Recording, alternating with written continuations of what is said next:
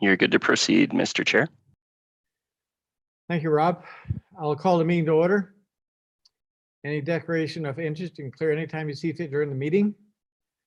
I think I'll jump right into our delegation to Andrew. You're probably a very busy person, probably a lot busier than what we are. So I'm going to turn the meeting right over to you, Andrew. Thanks very much, and good morning, everyone. I hope everyone had an enjoyable long weekend and a happy Thanksgiving.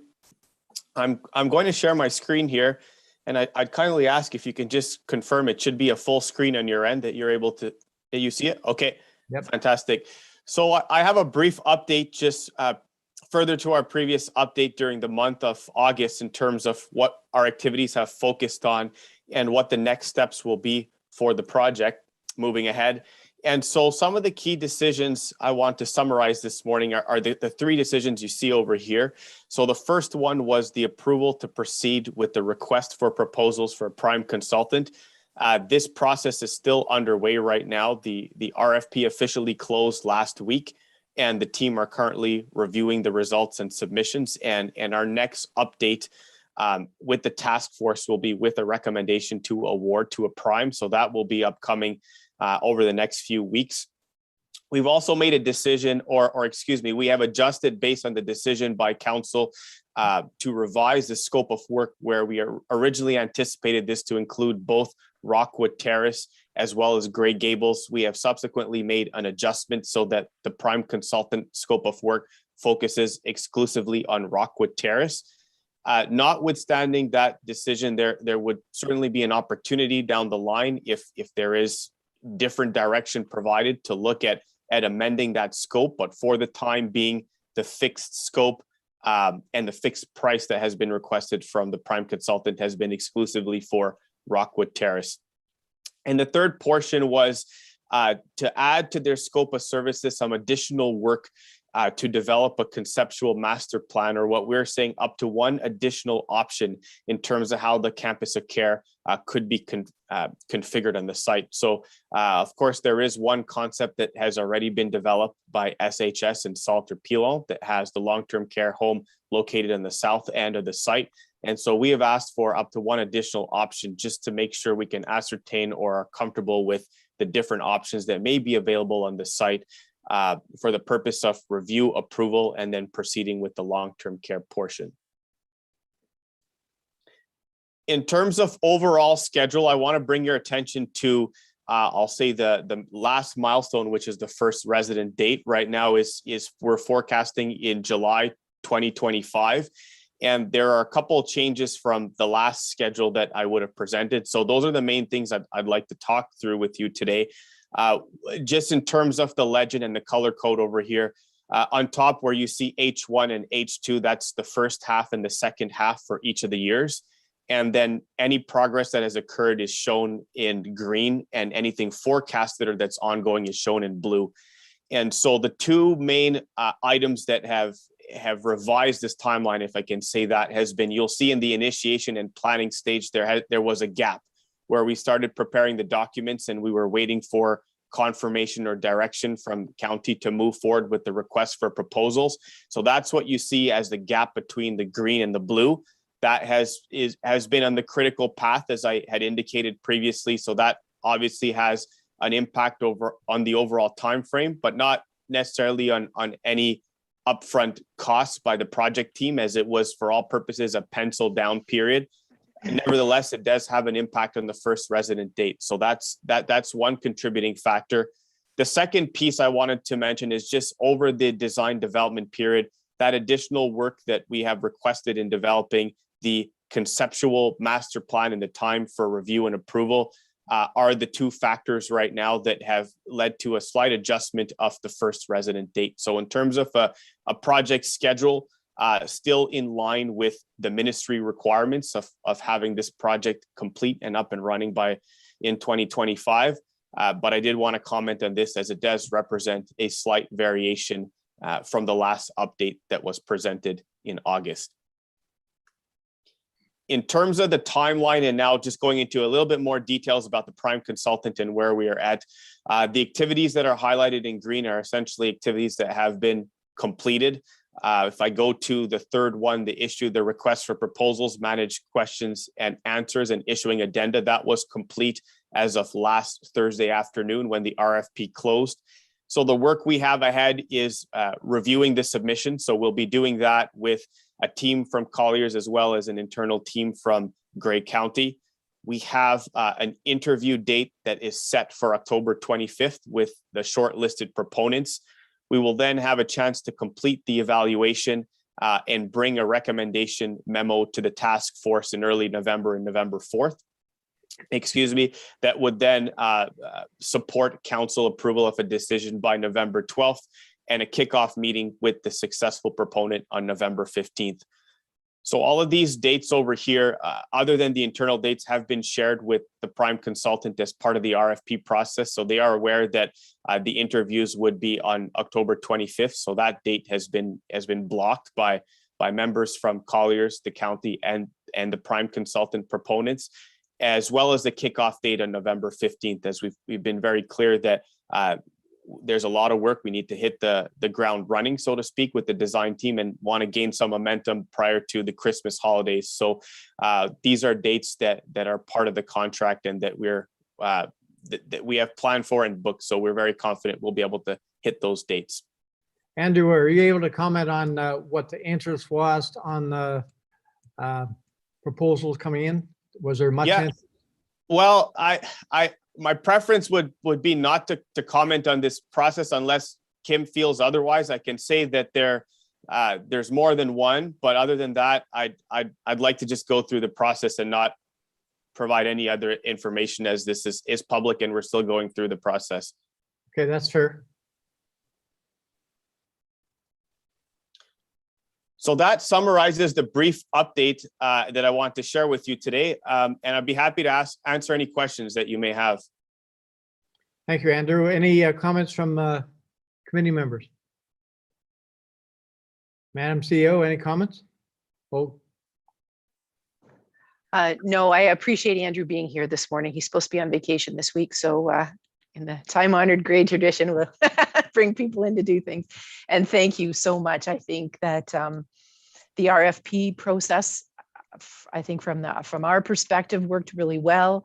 We had some questions from potential respondents and we were able to turn those around. There wasn't anything, I don't think, that was of great concern at all with the process. So all in all, I think we're in a good place. Thank you. Scott, go ahead. You excuse me. Thanks, Mr. Chair, and thank you, Andrew, for taking time off of your holiday schedule. I guess my questions, to staff and to the committee members, if the prime consultant is going to do an alternate conceptual master plan, are we certain that there's no way to repurpose the current Rockwood Terrace? I guess I can't help thinking about some of the the old hospital in Owen Sound, some of the schools that have been repurposed, and to me, a building built in 1984, it's hard to believe that it couldn't be repurposed somehow. So is there any way to to further look at that, or have we completely ruled that out altogether? I know that demolition costs have been presented to us, but I still struggle with that a little bit. So I guess my question is there a possibility of looking at it as repurposing, and is there any value to the county? Thanks. I'll turn it over to Madam CEO. Yes, through you, Mr. Chair. We have had, I think, at least twice that I can remember, contractors through that building, as well as GREP lawn. Perhaps what we could do would be to summarize the comments that we received from the various parties that have assessed the building and bring that back to this committee, just so we have it on the public record as to why it is that the recommendation that staff have received from those experts is that it's not a suitable candidate for redevelopment. It has to do with the way that the building is constructed and how complex it would be to undertake renovations. I think Anne Marie is here. I don't know, Anne Marie, if you're able to make any further comments on it beyond that, but that was my kind Yeah. of basic understanding, was the way the building is built doesn't Yes, allow I agree, to- Kim. It is something to do with the construction of it and just going from what it currently is, even if you're looking into affordable, you're looking at probably going right back to new electrical, new plumbing, that sort of thing. And looking at it would have to be a number of rooms in order to equal one that would be large enough for an apartment building. We can bring back what Jerry Pilon had suggested for us. And I think that would probably provide a little bit more clarity on that. Okay. Thank you, Anne-Marie. Scott, did that answer your question? Yes, Mr. Chair, I think that would be helpful if that could be brought forward, the comments from the contractors, just so that we have it, on the public record that we, did thoroughly look at it. Because I think questions will be asked about, what appears to be a good building on the outside may not, from a cost standpoint. I think that's good information to have. Thank you. Thank you. Any other questions or comments from the committee members? Welcome, Christine. Good morning, everyone. My apologies for being late, extremely late. So there's no other questions for Andrew. Again, thank you for your update that you give us, and look forward to your next one. Thank you, Mr. Chair. And if there are any questions afterwards, either through Madam CEO or yourself, I'd be happy to answer them. Thank you, Andrew. Bye now, everyone. Hi, Andrew. Thank you. Thanks. So moving on for agenda, we're down to our redevelopment options analysis presentation. And So Kim, I'm going to ask you who's going to present this. I will present this, and is it best if I share my screen for these slides? Yes, please. Okay. All right. Okay, there. Can you see that okay? Yes. Yes. Okay, excellent. All right, so committee, I put together this proposal summary because of some questions that, as we started to work through the process as staff and consider all the the future phases of the work that was before us, I started to have some questions, and I thought it best to bring those questions back to this committee and talk through how it is that we might proceed. If you share the same questions that staff and I have, if you have any other questions that you think we should be considering as we move forward and think to the future beyond the long-term care facility itself. So I'll start off with just the current status, just to make sure that we're all together here. So our approved long-term care redevelopment project, so what the Ministry of Long-Term Care approved, was a 128-bed home as part of a campus of care. So in order to kind of understand what that involved, what it might cost, how it could be laid out, we retained SHS and Salter Pilon to provide us with a concept, and you saw that. That was for the whole site. It included the new long-term care home, 40 beds of assisted living, and 60 seniors apartments. The development under that proposal was meant to be phased. Phase 1 gets us the long-term care building and a large common area, and that would be complete and the residents would move in. Then the existing Rockwood Terrace building would be demolished, and then the assisted living and seniors apartments would be built as part of phase 2. We really haven't talked very much about what that phase 2 would look like. Colliers has been retained as the project manager for the long-term care home redevelopment, but not anything beyond that. And the RFP for the architect that Andrew just spoke to requests a detailed design for the long-term care home only, and a concept of what a layout could look like. as he said there, both the existing one as well as a second one for our consideration. The long-term care construction budget is 45.5 million. And SHS and Salter Pilon priced the ASL, the assisted living and seniors housing, at those construction projects at additional 47.6. And again, we have not made any concrete plans about how we might proceed with undertaking that development. So there's, just to refresh everyone's memory, there's the current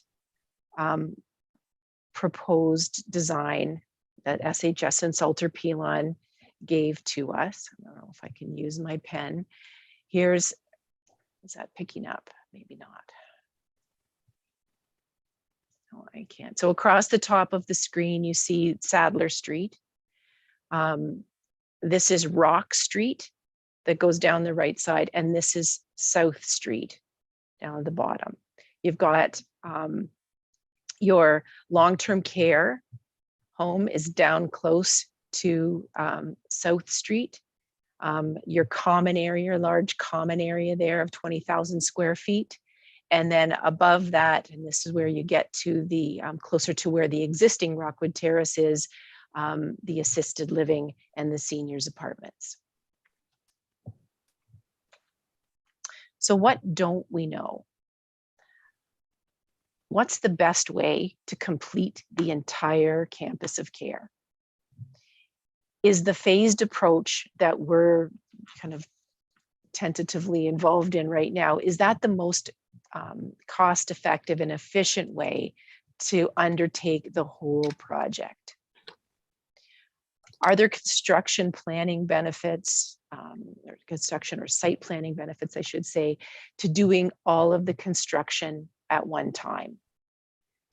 Are there qualitative or quality of life considerations related to a single versus multiple construction phases? I think you can appreciate, right? If we take the phased approach, this site will be a construction site for many, many years. Is there a role at all for the private sector in this project, either on the financing side or operating the assisted living or the seniors apartments? And if there was a role for the private sector in this, would any of that be beneficial to the county? And I want to be very clear, I'm not talking about anything to do with long-term care here. This is just the future phases of the development. Who is best suited to operate the assisted living and rental parts of the campus? Neither one of those things are things that the county currently does. And so, you know, it may be smart for us to just take a look at what operating models are available to us. And finally, what are the long-term operating and life cycle costs we should be planning for? You know, right now we do 10-year capital forecasts, right? We think about the money that we'll need to be putting away to ensure that all of the assets that the county owns are appropriately maintained, and that there's money available to replace things as they go. We don't have a handle at all on what we should be looking at here. And again, I think it's important both for our future operating budgets as well as long-term capital that we understand what those costs look like. Kim, may I ask you a question before you move on? Of course, yes.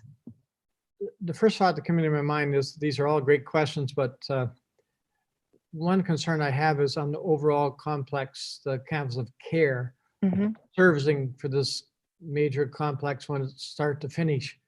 So we don't have to redo work we just did. Exactly. Are we looking at the overall necessary, what's the word, servicing and approach and how we bring stuff into this site from the start to the finish? Is this part of this idea? Yes, I think we need, it will be critical from both a cost and an efficiency and overall operating, that we do have a clear understanding of what the end state here is, and what the capacity and the appropriate location are of all of those various servicing elements, your water, your wastewater, your gas lines, all those sorts of things. Like you wouldn't want to put them in to have to move them again. And as long as their size coming from the source to the site. Exactly.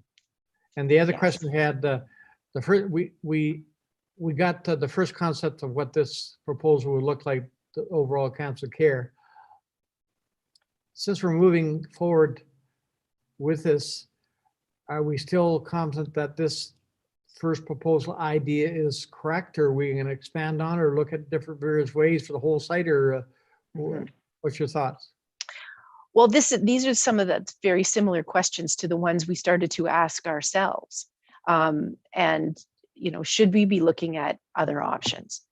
So at that point, if I do go to my next slide here, this is where we reached out and had some conversation with Andrew and the people from Colliers. So what you heard Andrew just say a moment ago was that in the RFP for the architect, the scope of the design work that the architect has been asked to undertake is the two concepts. Do your work based on the base case that SHS provided.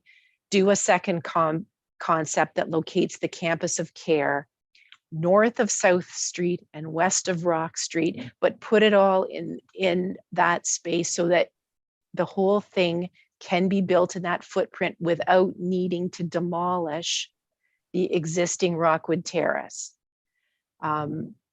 Because if you can build it all at once, then that potentially eliminates the need for phasing. So that's the way. And so whether we do anything else at all with what the question that I'm asking you this morning, at least we have this information that will come back to us from the architect, because that's built into the RFP for the architect. The two concepts will have 2 floor plans for each concept and a high-level cost estimate for each as well. I think earlier on we had some discussion with Andrew about the floor plans and how space is utilized within the building. Some long-term care operators choose to go with a more compact footprint. There's not a lot of additional open space, and some operators choose to go in a different direction. And I think the numbers that Andrew has used in the past talked about anywhere between 700 and 1,000 square feet per bed. Now that's, you know, spread out over the whole home and all the different home areas, but those have a real impact on both the look and feel of the home, but as well as the cost of construction. And so, yes. Sir, I believe I've seen Christine's hand, excuse me, hand up. Okay, go ahead. Certainly. Good morning, everyone. So I really appreciate this dialogue. I think it's timely. And I was wondering, Kim, do we have an idea of, if we did everything all at once, what the time frame is? That 2025, or do we meet it by 2024? Just a sense of time frame in terms of dealing with the phase in versus whatever we decide as the concept for time frame. Thank you. Right. I think this is part of the work that we're asking Colliers to take on as an additional analysis for us. So if I can, I'll go to the next slide. So how do we answer those questions? We talked to Andrew, and then Andrew sat down with staff here and the Colliers Infrastructure Advisory Team. And this is really what the Infrastructure Advisory Team at Colliers does, is look at projects and assess how they best can be carried out, how they can be scoped, whether or not there's a role for any kind of private sector involvement on the financing side or elsewhere. So what the Infrastructure Advisory Group have provided to us is a proposal to do the following things. Look at the work that's been completed to date about the site, the concepts, the stakeholder consultation data that was undertaken by SHS and Salter. That's where that idea of 40 assisted living and 60 seniors apartments came from. Our housing needs assessment, as far as the need for some affordable housing, et cetera. So they were going to look at all of that work that's already been done, develop a couple of options for a whole campus based on the need, creating a cohesive site, costing and availability of funds, and then evaluate the development options based on 2 different ways to procure. Either the design bid build, which is the way we're proposing to do the long-term care home now, or a public-private partnership. They also would evaluate the impact of phased delivery.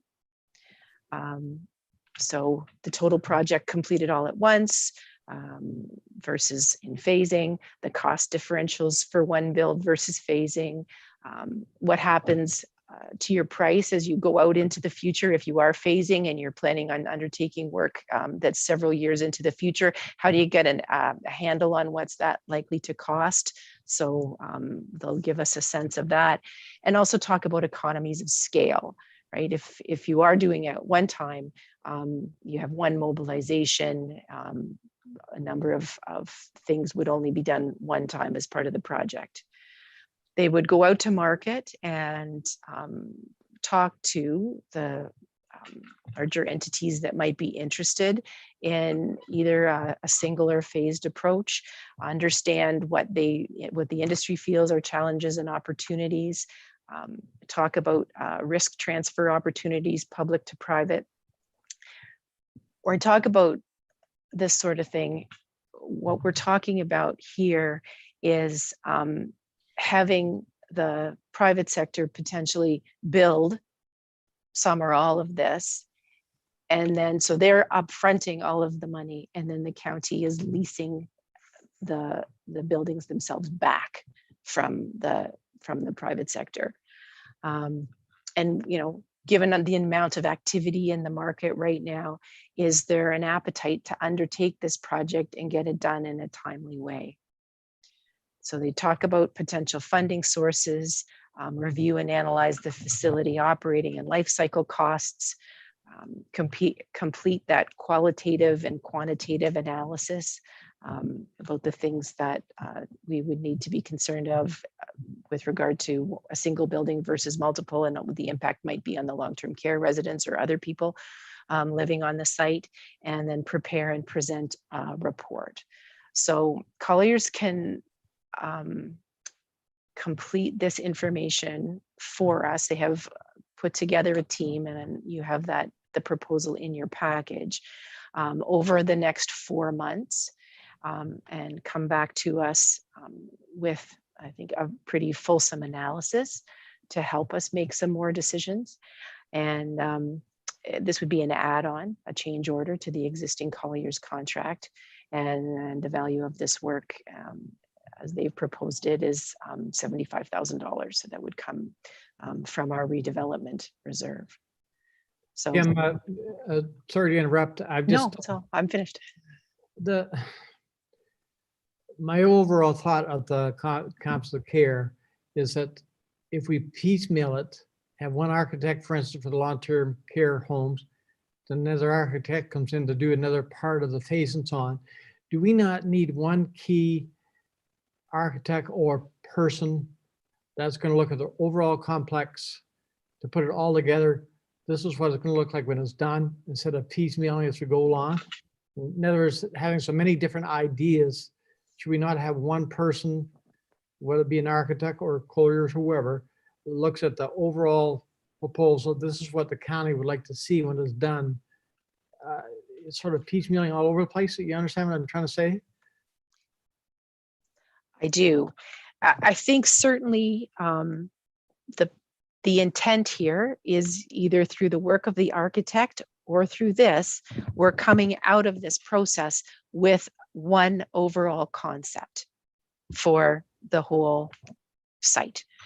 I think where you get into some concerns or some additional requirements is where you're building in phases and those buildings are attached to one another. You're going to have to complete the outside of the building envelope. And then when the next phase comes along, you're going to have to open up that building envelope and then add to it and move on from there. So there are complexities around all the most basic things like plumbing and electrical and just ensuring that the building envelope itself is exactly what you want and is going to stand up for the many years that we want these buildings to be in service to us. One of the other things that we've asked for is a net zero proposal for the development of the buildings. And again, I have some concerns about whether or not we would be impacting our ability to achieve that net zero in a cost-effective way if we're building this in pieces or piecemeal. It's not clear to me whether or not the buildings must be joined together. Certainly SHS and Salter talked about that and talked about people wanting to be able to move through the buildings without having to go outside. So that was part of the reason why they were joined one to another. Is there some consideration for having individual buildings where you do have to travel outside in order to move from one to another? And there's pros and cons to all of those things. Okay, thank you, Kim. Any questions from our committee? Go ahead, Brian. Thank you, Dwight. So essentially, I'm thinking that if we proceed with the recommendation here, we're going to ask Colliers to redo some of the work that Salter Pilon has already done, because we've already got a recommendation from Salter Pilon, have we not, to approach the project in a certain way. And I can appreciate the questions because it's a big project, so there's going to be lots of questions, and there's lots of ways of doing it. And my concern is you've got one company saying, well, I think we should do it this way, and Dollars to Donuts, Colliers is going to come back and say, no, we think you should do it this way. Well, then the question almost becomes, well, let's ask a third company what they think. And it just goes on and on and on. At some point, we've got to make a decision to put the shovel in the ground. And I'm torn. I mean, I want to get this done, but I want to do it right, of course. Right. So if I may, give me your thoughts on that, please. Yeah, I don't think that the intent is for Colliers to redo work that's already been done. We have an option. We have a base analysis that's been done about needs and price points and all that sort of thing. That work exists, and Colliers intends or has been asked to use the work that already exists. The only thing that they're going to do is to look at a second option in addition to the one that we already have, because the one that we already have requires phasing. We need, in order to get away from the phasing, we would need to look at a second option that has all of it together in one spot and takes away the need to demolish the existing building before you could start the second phase. Okay, thank you. Okay, any other questions from the committee?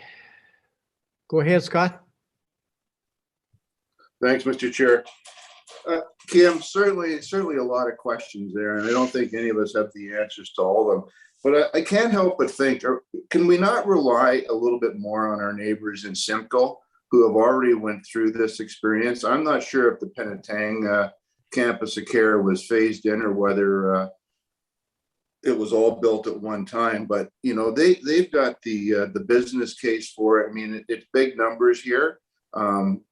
Taking on an added mortgage when there's actually revenue coming in, that certainly makes it a different scenario. But I would think Simcoe County has learned a lot of lessons in their development of the Penetang long-term care campus of care. So can we not rely on them or have our consultants, really drill down to, their experiences and, help that guide us along as we develop our campus of care, if we do? Of what we're doing by working with Colliers is really trying to have the benefit of the experience that they have doing many of these kinds of projects. What we know is that some of the fundamentals in construction have changed significantly and quickly, and so some of the input costs and that Simcoe would have had at the time they developed Penetang, I don't know that we would have the same conditions in the market or with the companies that might be interested in doing the build. We also know from the work that SHS and Salter did that this is a very different market, and the amount of money that people are able or willing to pay for their rent in either assisted living or in seniors apartments is quite different. And so that kind of has an impact on the design of the facility and how much you want to invest into it if you're hoping to have a return in future years. Our rental rates, although they've increased markedly, are not what they are in Simcoe County.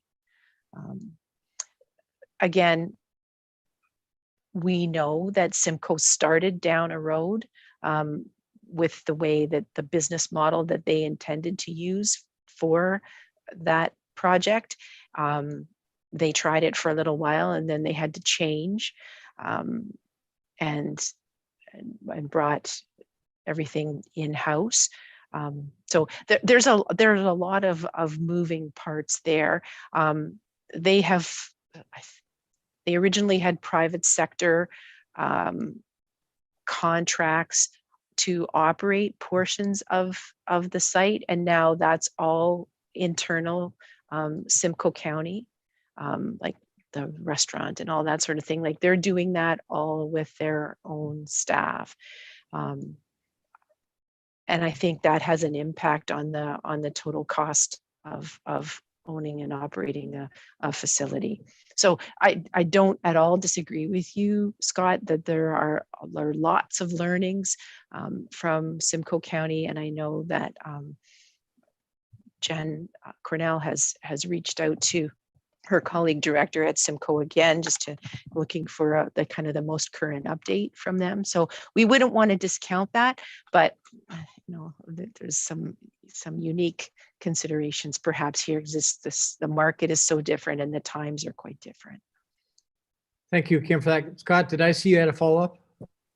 Yeah, no, I appreciate those comments, Kim. And, I'm not sure, there may be, other counties that have taken these sorts of undertakings. So it might be worthwhile to look at it, other counties to see what, their lessons have been. Simcoe is just the one that we've had presentations on. So it's the only one that I'm aware of, but there certainly may be other counties that are looking at this. And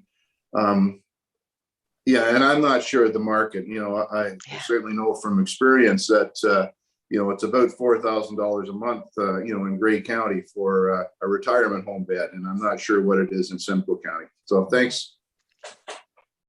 Kim, the question I have in my mind, and I don't seem to be able to get away from it.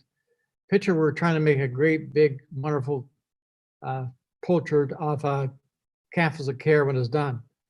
And you even mentioned it 2 or 3 times in your presentation. There's things that since we're in the very early stages, to make sure that we're not wasting money going through the process to get to the end result.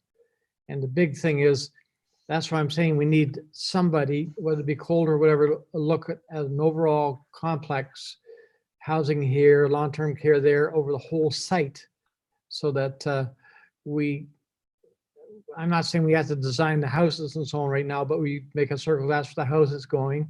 So that if you do that, it gives you the opportunity to make sure you have all the right servicing coming in the right place, the right time, and even hooking onto an existing building. In the design itself, the architect knows that's doing that building can say that we know we're going to have a future addition coming here. He can make provision, he or she can make provisions for it. It's just, those are the questions I'm hoping that we could answer them right now. It's just saves a lot of money in the it's a multi-million dollar complex at times all done. Mhm. It's just a comment. Yes. Ryan O'Leary, go ahead. Thank you, Mr. Chair. Just a couple of comments. Scott, you make a good point. I think anyone that's built a house or a commercial building or building a barn, you know, everyone asks the same question when it's done. You know, if I had to do this again, you know, what would I do different? And so I get your point with speaking with the other side, but I agree with Kim. Like this, Colliers has so much experience in almost every situation. I'm sure they've been through it all.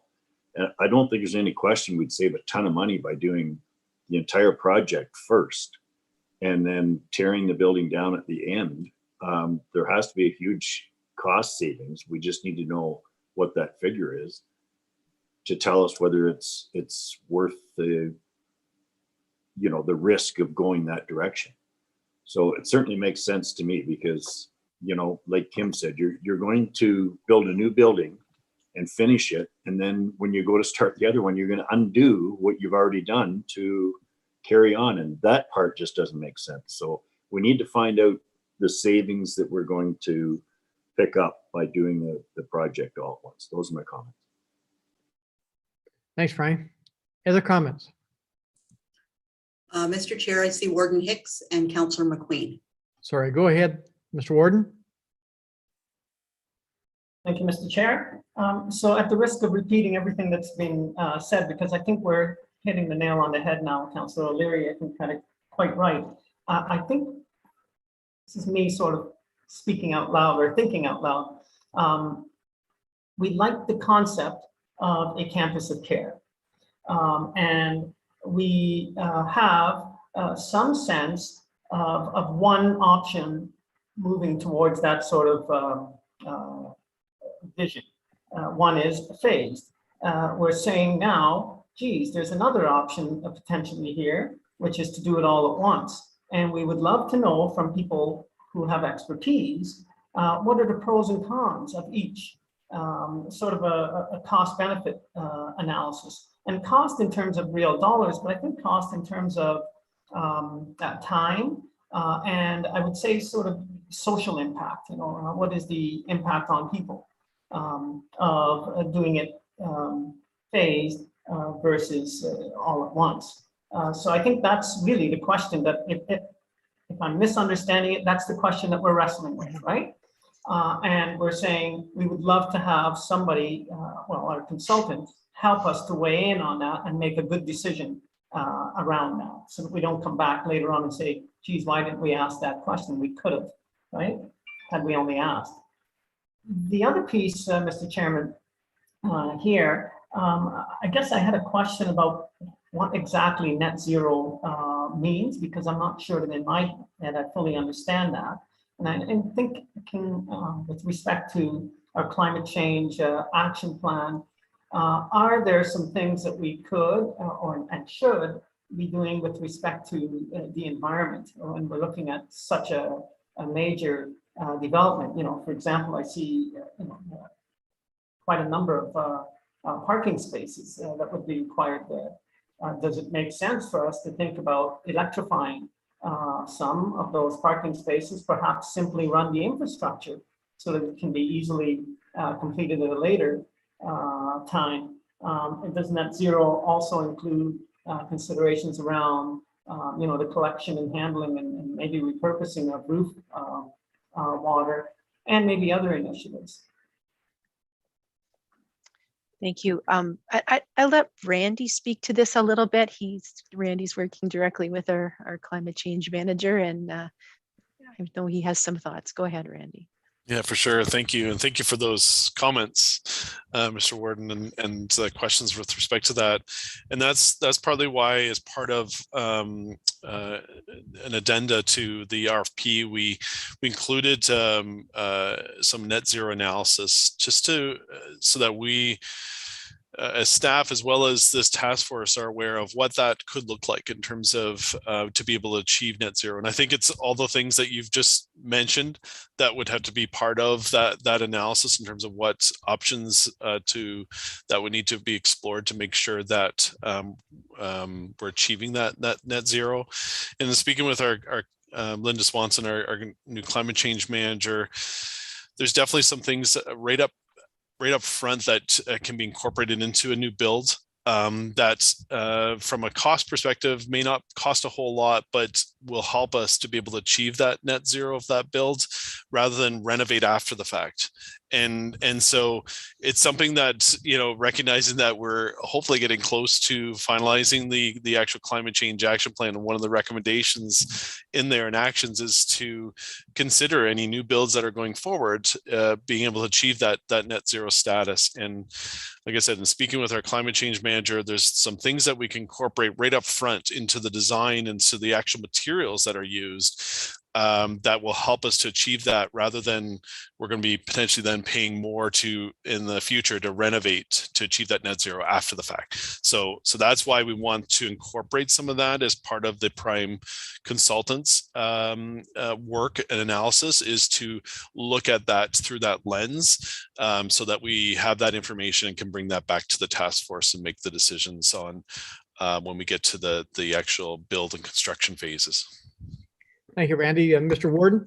Mr. Chairman, through you to Randy, does that also include the potential for electrification of parking spaces?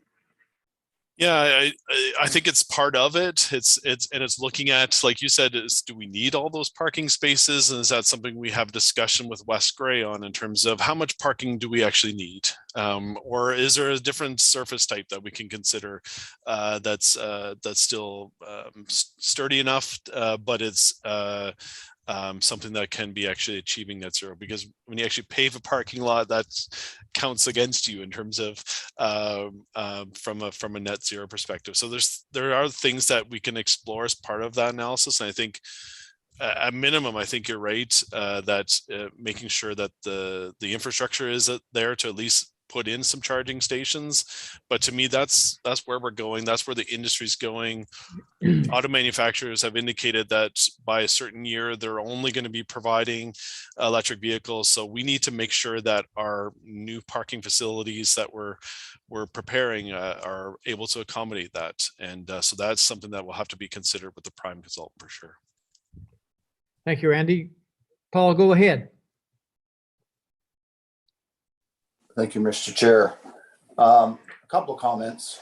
So looking at the suggestion of 128 bed facility, which we have approved, adding 40 beds of assisted living and seniors, 60 seniors apartment is a really good concept. And I certainly, in the sense of the campus of care, and certainly I think Scott has mentioned the Simcoe County model is that it helps offset the cost of long-term care in Simcoe County.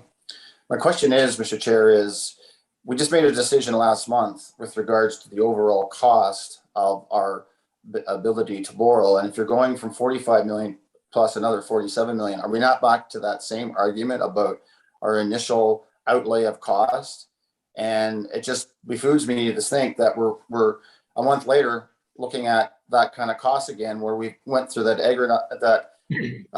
agony of going through that part and putting another project on hold. I just scratched my head in the sense of that was the whole argument why we did what we did, and pausing on the long-term care of another project. So can we just have that conversation a little bit in the sense of looking at that? We have that report that we can only spend 10% of our ability to borrow, and then now we're looking at that all over again. So I only raise that because from a viewing public, they see that going, wait a minute. And I don't disagree about moving forward with your plan in the sense of of having a proper plan moving forward. I mean, I don't think we would be criticized on that. It just, the fundamentals of our discussion here from a month ago just seems to be a 180. Thanks, Paul. Good, excellent comments. Kim, I'm turning the floor over to you. Thank you. And thank you for raising that point, Councillor McQueen. When Mary Lou made her presentation to council about our long-term funding outlook, she spoke to that point about the fact that we'd committed to a campus of care and we didn't have a plan for how we were going to complete it or finance it. So I see this work as answering that question about, is there a way to finance what we've committed to the province around a whole campus of care on this site? Is there a way to engage with the private sector to have private sector play a role in some or part of this development, so that the county's debt repayment limit is not as impacted as it will be if we take on the whole project on our own. So we just need to ask the question, and that's what this project is, or this proposal is meant to do, is to look and see whether or not there are alternative ways of getting this project done in a way that would not leave the county as constrained financially as it will if we take the whole thing on ourselves. The bottom line is this is what we told the province we were going to do when we made application for the project, was to put together a campus of care. If it turns out that it's not affordable, then we would need to adjust, because the definition of campus of care is not detailed. We could make some adjustments to what that looked like, perhaps scoping it differently to better suit the budget that we have available. But again, this is meant to look at those numbers and provide this group and council with some information to think about. Thank you, Kim. Paul, follow up, go ahead. Well, thank you. And you know, fundamentally, we know there's huge demands of long-term care, senior living, and assisted living. I mean, that was some of the things I was asking about. The Grey Gables thing was doing that report and having that fundamental assessment done to the feasibility. I'm not going to go down that road right now. I just find it frustrating that we went through that a month ago, and here we're looking at, which makes sense. You want to see the overall funding formula, whether it's private partners or you know, the 3 Ps or whatever. You want to look at all that stuff. I totally agree with that, for sure. It's just that, do we need, you know, people have said to me, should Grey County not be doing looking at this in a bigger picture? Is what is Grey County in the bigger scheme of things, what should we be doing? And the bigger part of all this stuff. I think campus of care, I mean, we had that presentation from us, was it in 2020? I think it was July, what Simcoe County's been doing. I mean, it's working. Obviously today, you know, the whole idea around new building, new design is going to be electrification. I mean, that's the big key thing, as the warden is saying. I mean, you hear it, it's all over, you know, talking about climate change. There's so much stuff talking about that. It's just, I'm not sure when that's all going to roll, because you got to have electricity to be mass produced in order to electrify everything, because it's not there. The infrastructure is not there.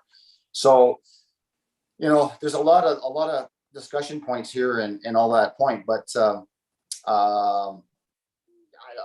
what you're saying is, Mr. Chair, through you, is $75,000 will give us those answers. Is that basically the question here? Is if we spend the 75,000, that will give us all those questions, all those answers to those questions of all the options that could be presented for this project. Is that basically what we're asking here? Madam CEO, I don't think it'll answer all our questions, but go ahead. Thank you. As I outlined in the presentation, Collier's work as part of this proposal would answer many of those questions that we have with regard to phasing versus a single build. What's the role for the private sector, if any, either in financing the project, in operating it in the future? What would that look like as far as an impact on Grey County's capital budget and debt repayment limit? Also our long-term operating costs. So that's the information that they're going to come back to us with and help us to understand. Like, we don't do these big construction projects every day. And we need to understand what it is that the market is looking for.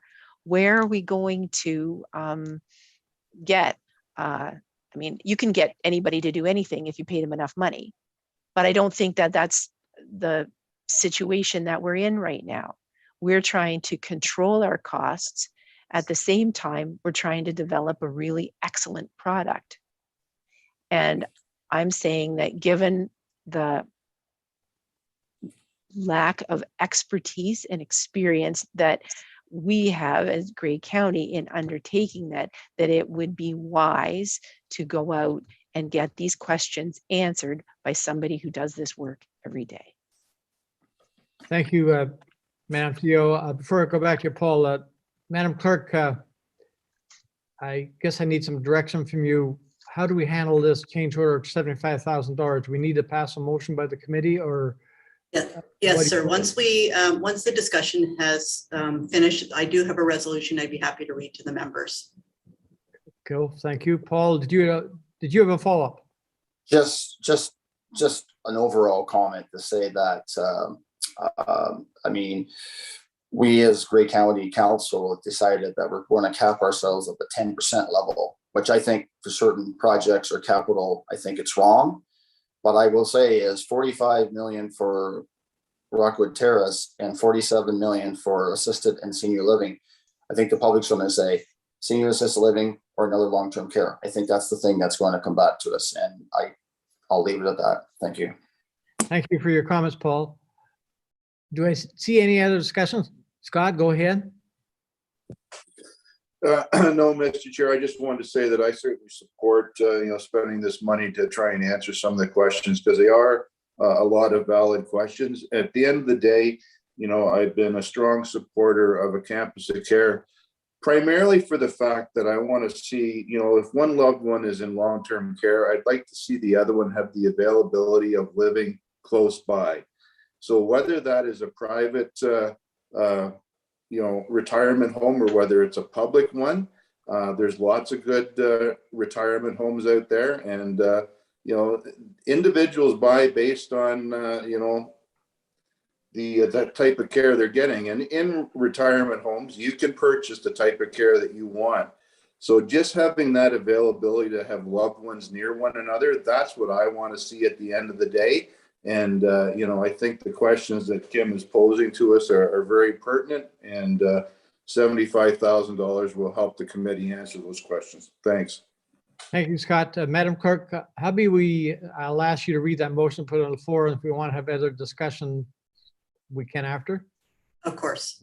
The motion is that staff be authorized to issue a change order to the Colliers Project Management Contract to complete a comprehensive feasibility study for the redevelopment of Rockwood Terrace Campus of Care at a cost of $75,000, and that the funds for this report come from the redevelopment reserve.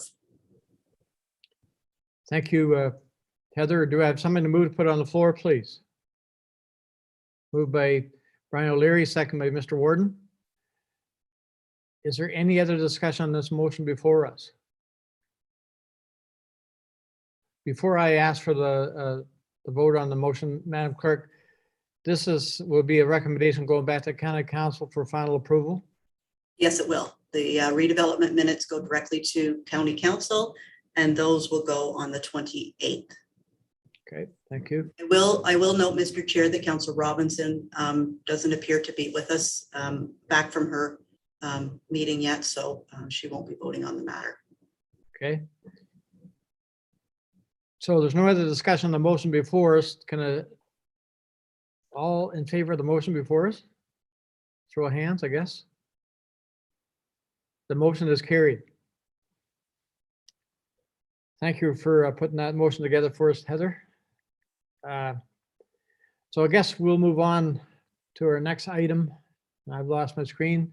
I believe our next item is update on the feasibility study for Grey Gables. And Madam Clerk, were you going to do that?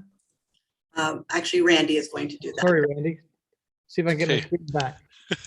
Thank you, Chair Sorry. Burley. So just wanted to provide a quick update on the Grey Gables Campus of Care feasibility study. So the study has been delayed as the concept plan for the future redevelopment of Grey Gables took longer than originally anticipated. SHS received that concept plan from Salter Pilon last week. SHS has noted that they would require a couple weeks from receiving that concept plan to finalize the market sounding and finalizing the pro forma. So we anticipate that we'll be receiving a final draft of the phase 2 report before the end of this month. Once received, of course, staff will review, and if everything's in order, we will bring that forward to the task force, which we are hoping to do so before the end of the year, for sure. So I just wanted to provide an update in terms of where we're at with that campus care feasibility study. There was a bit of a delay on the concept plan. We now have that in draft form that's been provided to SHS. So now they'll be able to finalize that report and we'll be able to bring that back to the task force. Thank you, Randy. Any questions or comments? Paul, go ahead. Yeah, I understand they're doing some public consultation on that as well, which is great. And so I guess that's sort of adding to the report to be coming by the end of the month. So exactly. I guess it's called stakeholders. Correct. Yeah. So there's been some key stakeholder connections. I think some SHS has already connected with some, and I think there's still some more to do. And as well as contacting some of the existing tenants within Grey Gables, just to understand what their future plans are, so that they can incorporate that as part of some of the options that they'll be presenting back to this task force in terms of what that Grey Gables redevelopment could look like. So that's going to be all packaged up in the report. We'll present that back to the task force, hopefully in the very near future. Thank you, Just to Randy. follow up. Look Just to forward follow to that report. Go ahead, Paul. As I recall earlier in the early days that they were going to probably speak to Grey Highlands employees or that type of thing with regards to infrastructure. And I think also probably with the hospital itself as well, or staff around the hospital construction, I would think as well, right? That's correct. Yes, they were part of that stakeholder list. Right. So they will be either have consulted already or will be as part of the finalization of the report for sure. Thank you. Thank you. Thank you, Randy. I guess that was just an updated information for the committee. So look forward to your report coming back. So I guess I'll move on to the agenda. Do we have any other business here today? Scott, go ahead. Thanks, Mr. Chair. And sorry, I forgot to ask this question, but either to Kim or Randy, when Colliers now goes ahead, is one of the questions going, I didn't see the question about, the further development of the overall property. I think, based on the sketch we're looking at, maybe 10 acres out of a possible, I think it's 32 acres. So not sure, Randy, if you've had any thoughts, looking forward about the other 22 acres, and how that could be developed up the road. Yeah, through you. I think for sure on the servicing side, we want to make sure that, again, going back to if we're putting pipes in the ground, we want to make sure that infrastructure can support not only the long-term care phasing and the overall campus of care on the west side of Rock Street, but what are some of the possible options when we get to the east side of things as well. So at this stage, that's not part of the scope necessarily of Collier's work, but recognizing that we do have 32 acres. So we have another 20 plus acres that we have some further options that we can explore going forward. So that's something that they're aware of at least, and making sure that the servicing aspects of when we're putting the infrastructure in the ground will be able to support any future development on the east lands east of Rock Street as well.